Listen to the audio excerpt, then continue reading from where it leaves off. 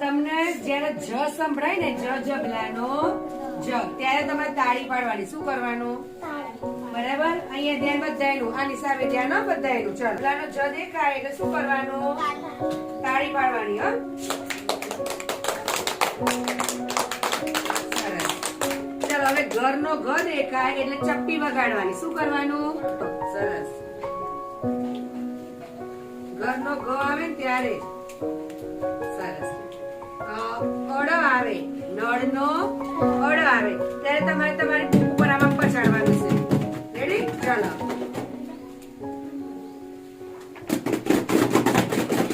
ચલો હરણનો હ આવે ને એટલે માથે ટપલી મારવાની આમાં. હો ચલો. કયો અક્ષર? હરણનો. પેલા જોજો.